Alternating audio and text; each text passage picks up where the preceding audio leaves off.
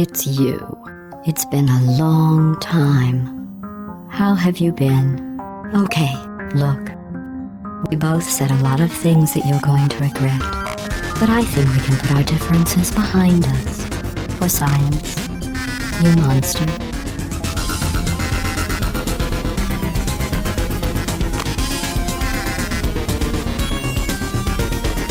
In 2007, Portal crawled into the hearts of many. In a 3-hour-long game, Valve delivered great mechanics, fun but challenging gameplay, and one of gaming's funniest and sinister villains. This game was great, but not my favorite. You see, when playing the game I found myself bored at times, and while it had an interesting narrative, at times I felt hugely disengaged. I found the game very innovative, but lacking in certain areas. Keep this in mind, I was still very optimistic about what they could do with it. And well, in 2011, my thoughts became reality.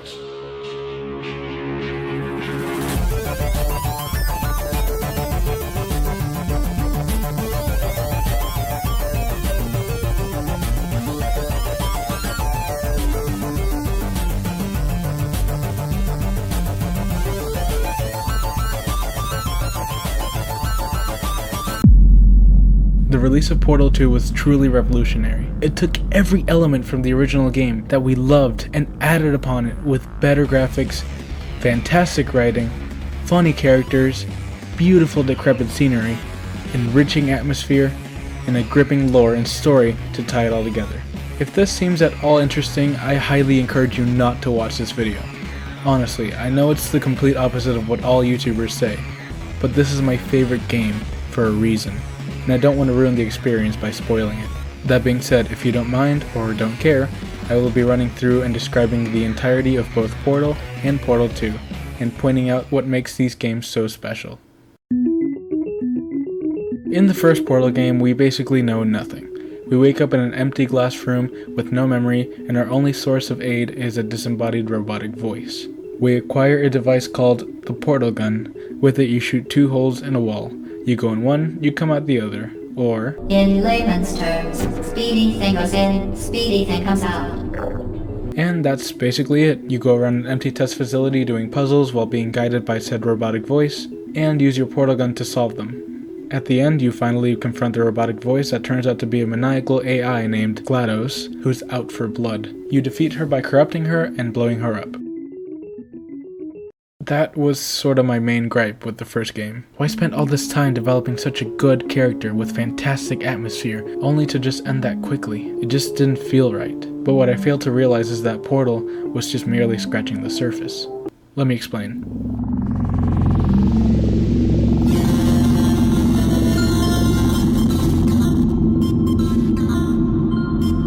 Portal 2, released in 2011, takes place within the walls of Aperture Laboratories, 50,000 years after the events of the previous game. A small, ball-shaped British robot named Wheatley, voiced by Stephen Merchant, tells you that you've been asleep for a very long time, and you're the only surviving human in the facility, and you might be suffering from serious brain damage. Wheatley then says that he wants to get you out of here, but the only way he can get that is with a device called the Portal Gun, found somewhere in the facility. You crash through the wall and boom!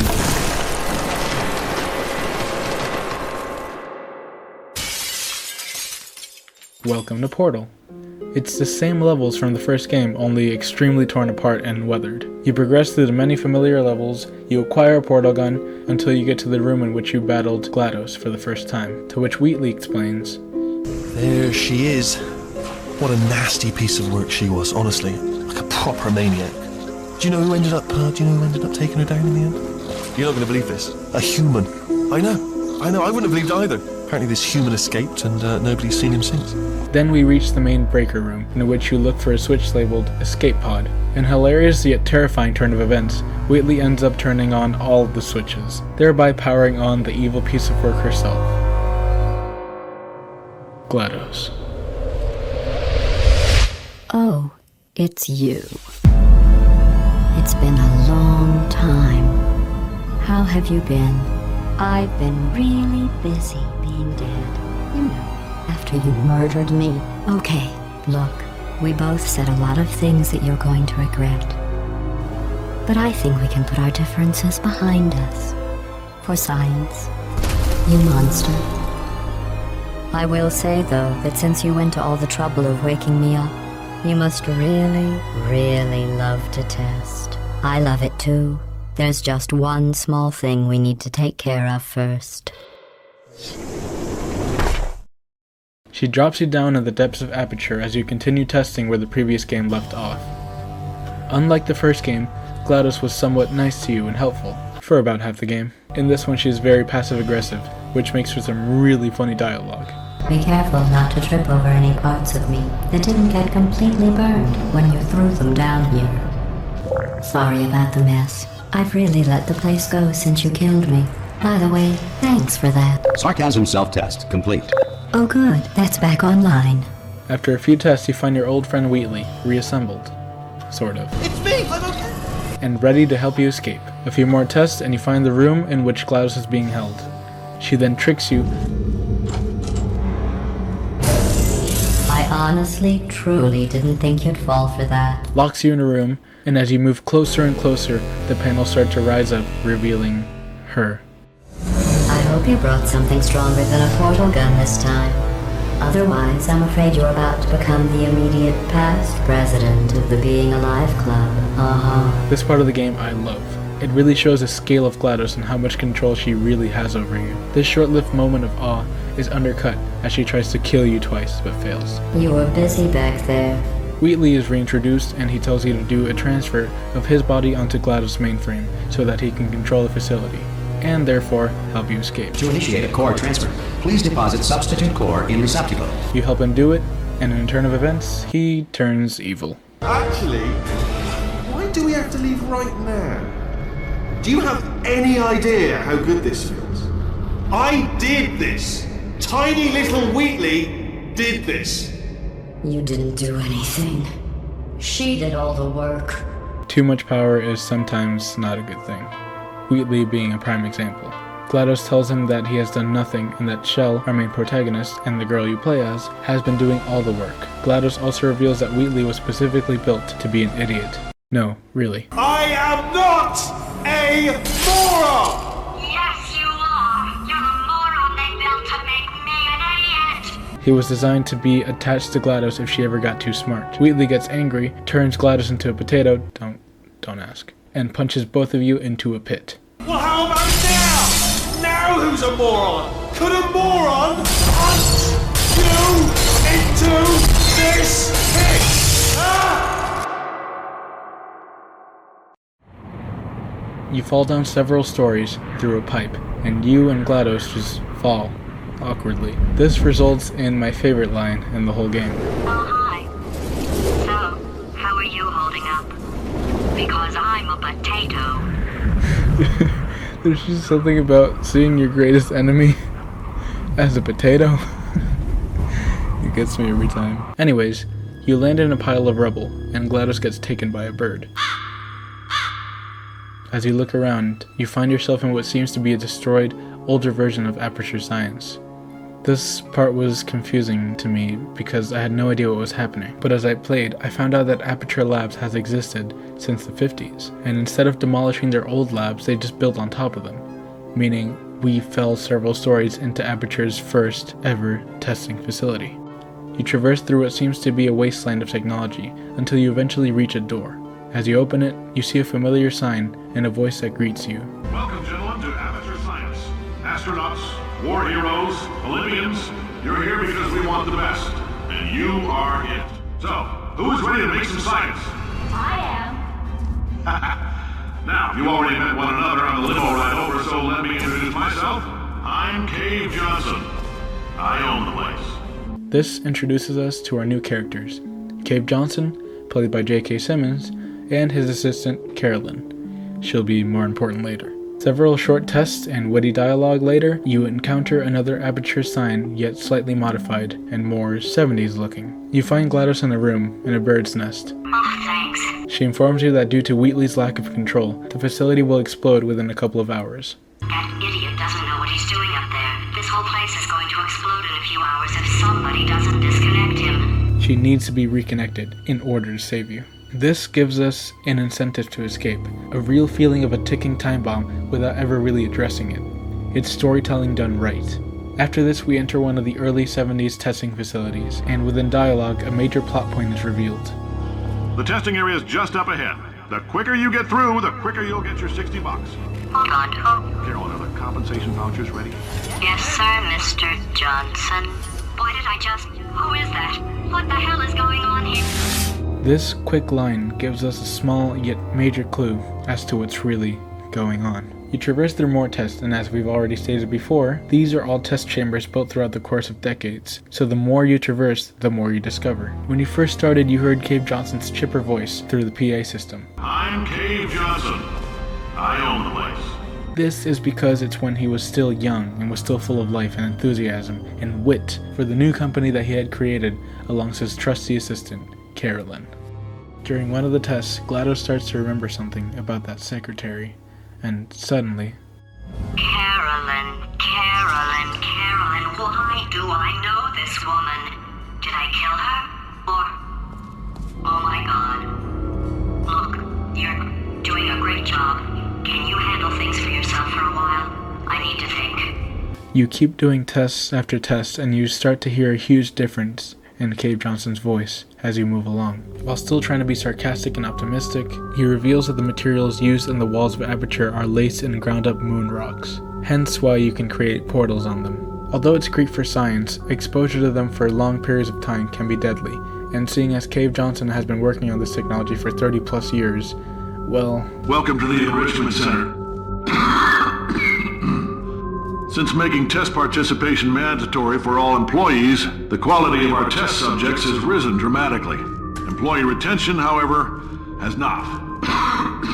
As a result, you may have heard we're going to phase out human testing. There's still a few things left to wrap up, though. The bean counters told me we literally could not afford to buy $7 worth of moon rocks, much less 70 million. Bought them anyway, ground them up, mixed them into a gel. And guess what? Ground up moon rocks are pure poison. I am deathly ill. Still, it turns out they're a great portal conductor. So now, we're going to see if jumping in and out of these new portals can somehow leach the lunar poison out of a man's bloodstream. When life gives you lemons, make lemonade. This came as a big shocker to me. I knew it was inevitable, seeing as we don't see him throughout the modern parts of Aperture, but I didn't know he would go out the way he did, killed by his own creation.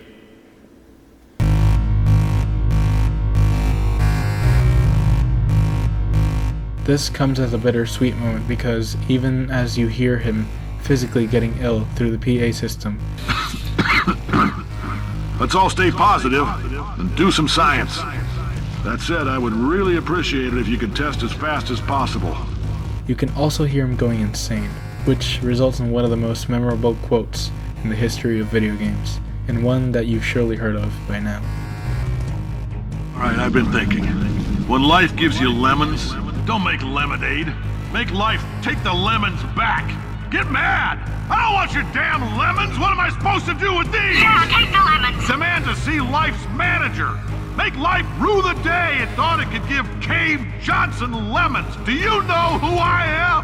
I'm the man who's gonna burn your house down with the lemons. Oh, I like this guy. I'm gonna get my engineers to invent a combustible lemon that burns your house down.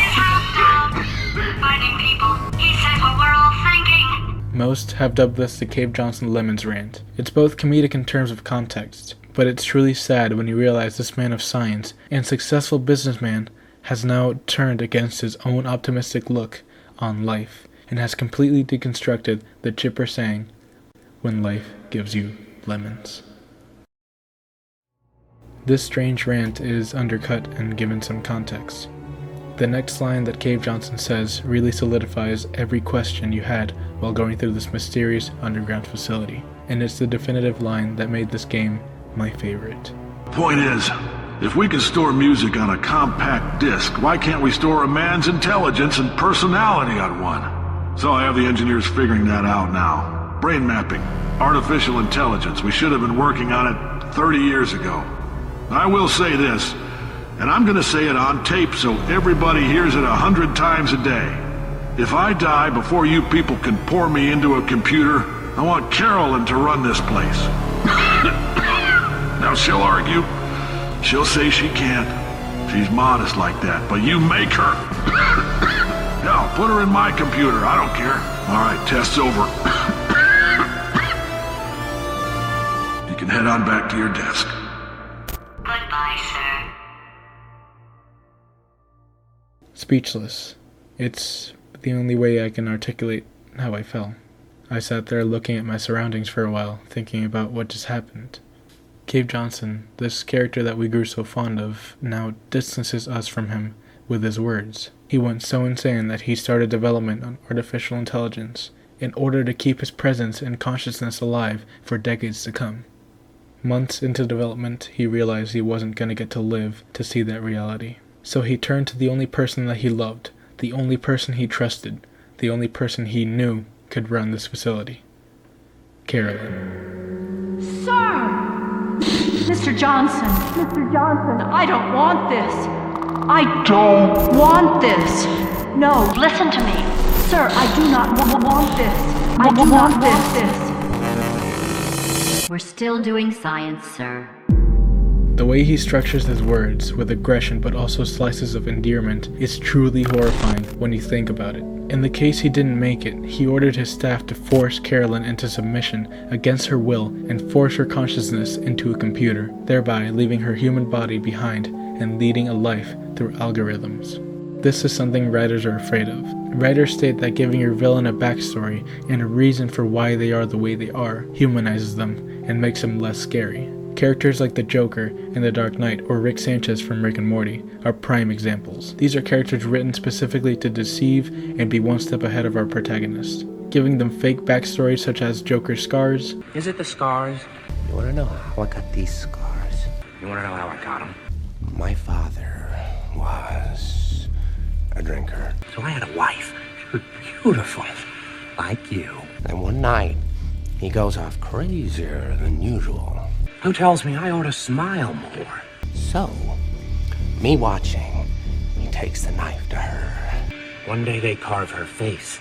And he says, "Why so serious?" I just want her to know that I don't care about the scars. He sticks the blade in my mouth. I stick a razor in my mouth. And do this. Why so serious? Or Rick's fake origin story. I heard sci-fi noises.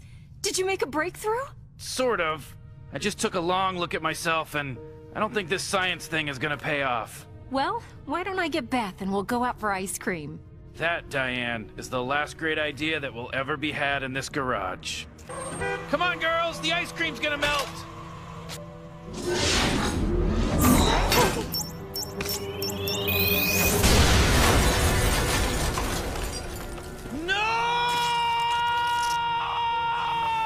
Are all ways to show their level of insanity and intelligence in order to deceive and fool, ergo making them scarier in theory.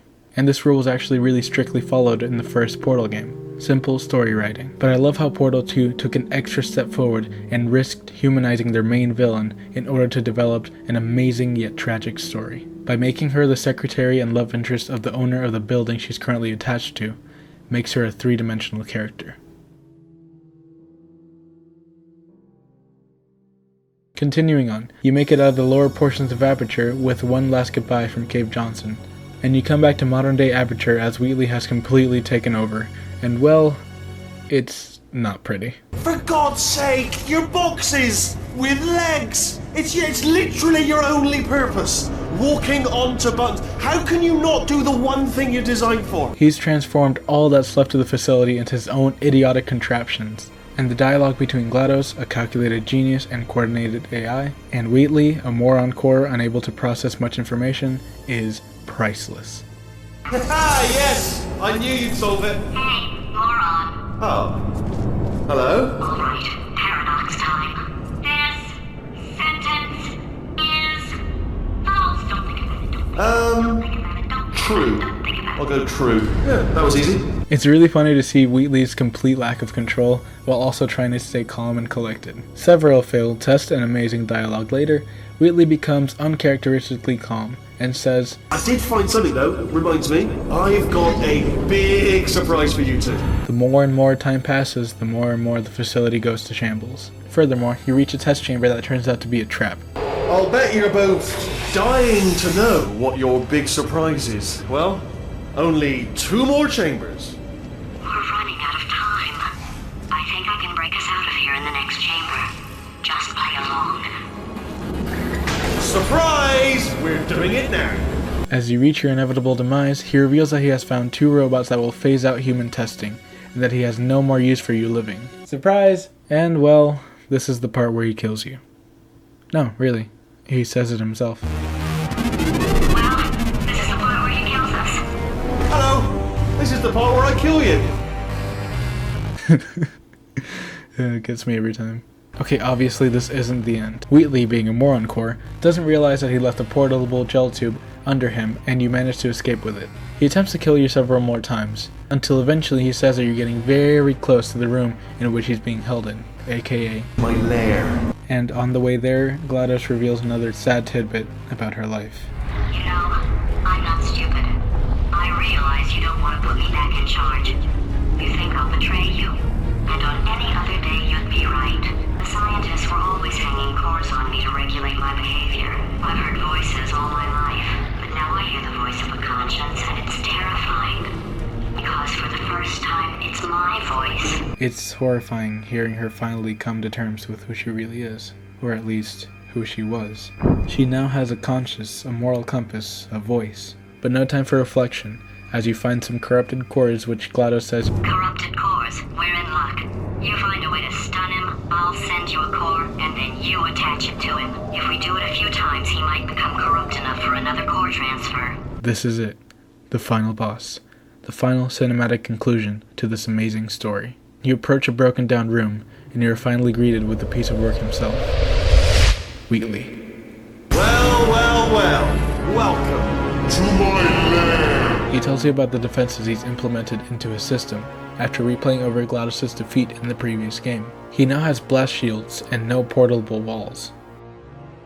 Except, yeah, he does. He leaves a tube of conversion gel in the corner. You use it to your advantage by using one of Wheatley's bombs to blow it open and coat the room in gel. This lets you outsmart him and use portals to throw the bombs back at Wheatley in order to debilitate him long enough to attach the hilarious corrupted cores onto him.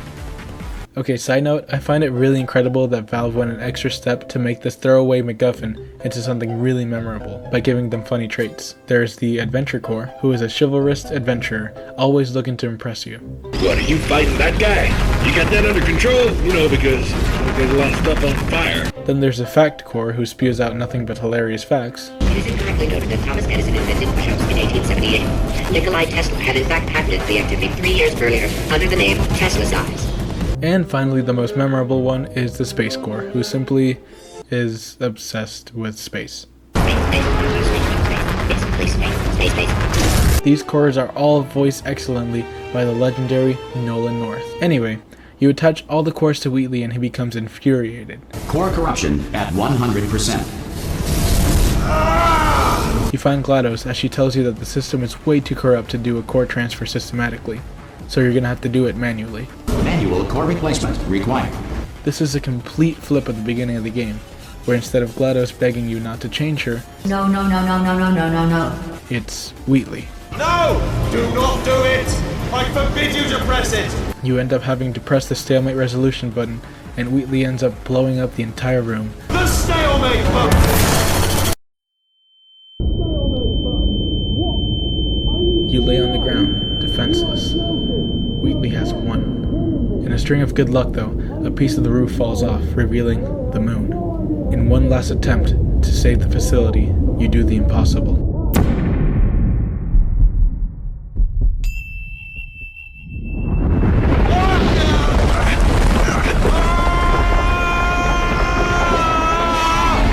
Space!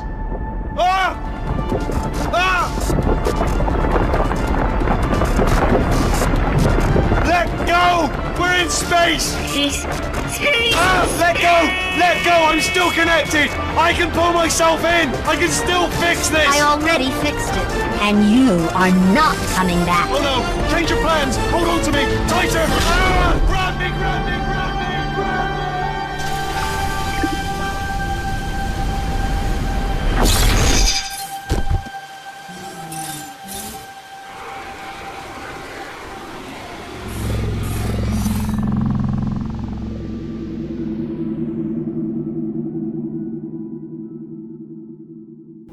that's it.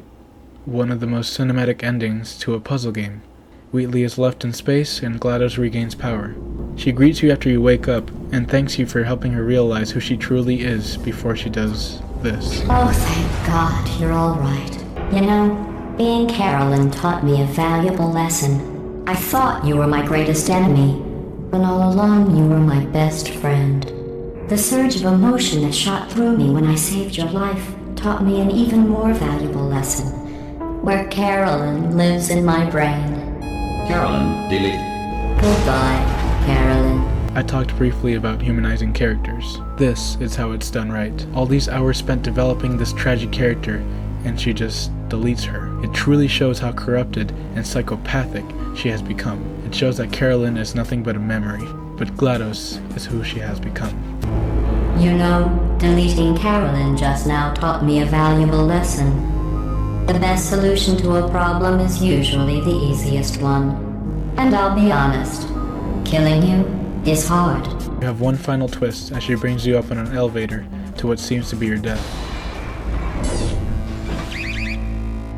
But the turrets just seem to sing and dance.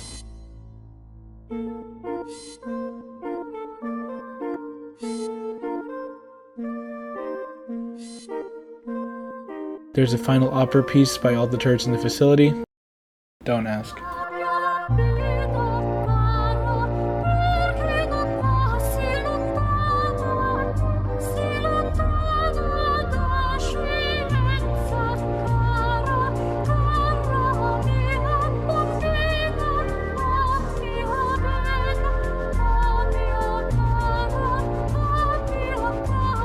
And that's it. You get what you've been asking for. Freedom.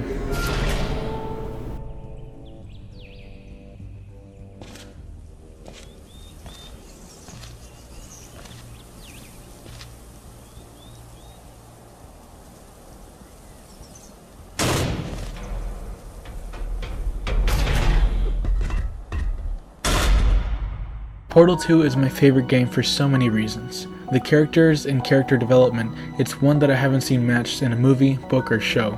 And that's because the outlandish nature of the narrative wouldn't work throughout any other media other than a video game. The connection that you form with the environments, tests, characters, and story makes the payoff so much better. Wheatley is one of the best, most cleverly written characters in all of gaming, and he is very underlooked in the spectrum of video game characters. Corrupted Core, are you ready to start? What do you think? Interpreting vague answer as yes. No. Didn't pick up on my sarcasm. Stephen Merchant did a fantastic voice performance of someone pretending like they had it all under control whilst also having no idea what's going on. I just looked down. I do not recommend it. And GLaDOS is probably the best female villain in all of video games. She teeters between logical and sarcastic, friendly and murderous, scared and threatening. She's manipulative, sarcastic, verbally abusive, and in all just a scary villain. You dangerous, mute lunatic. Her story is one of the saddest, but her character arc is one of the best.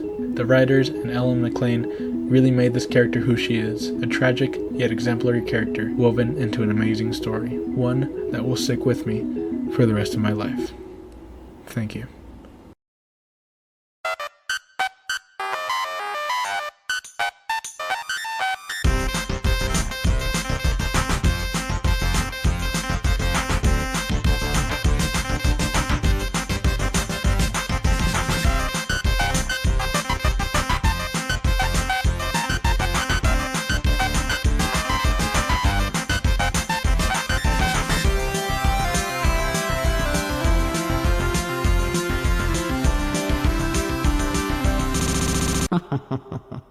It's been fun. Don't come back.